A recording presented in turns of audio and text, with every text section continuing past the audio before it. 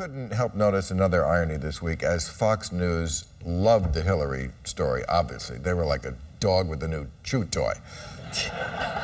And yet, not a word about the Bill O'Reilly situation. And let me read to you Bill O'Reilly's words, and you tell me if he is not just a blatant, bald-ass liar. He said, "I've reported on the ground in active war zones from El Salvador to the Falklands." No, you haven't. There's no gray area here. A war zone is where the war is going on. You were in the capital of a country that was at war, but the war was 1,200 miles away. 2, Bill O'Reilly, "I saw nuns get shot in the back of the head." No, you saw pictures of that.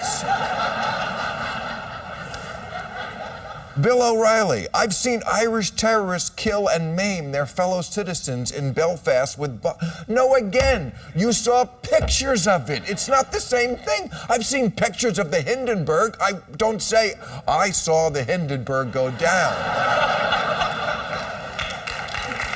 I mean, okay,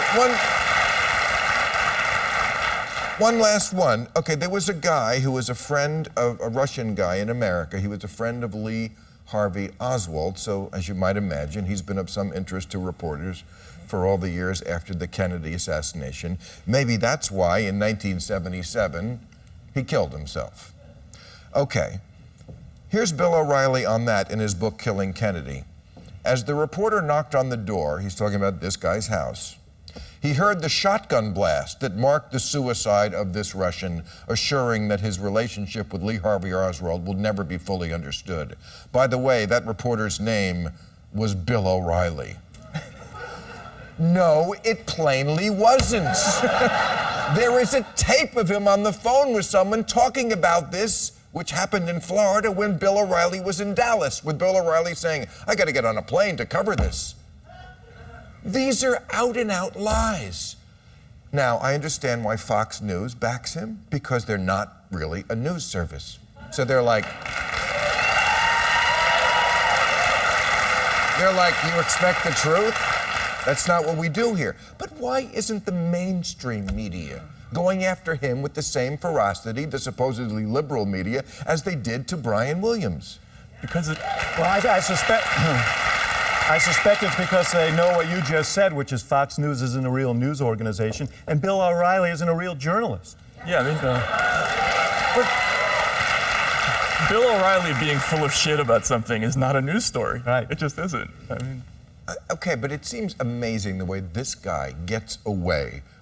Now, remember that sex scandal he had? Did the same thing. Just intimidated people, bullied them. I mean, he said about this one to the New York Times reporter, "I'm going after you with everything I have. You can take that as a threat."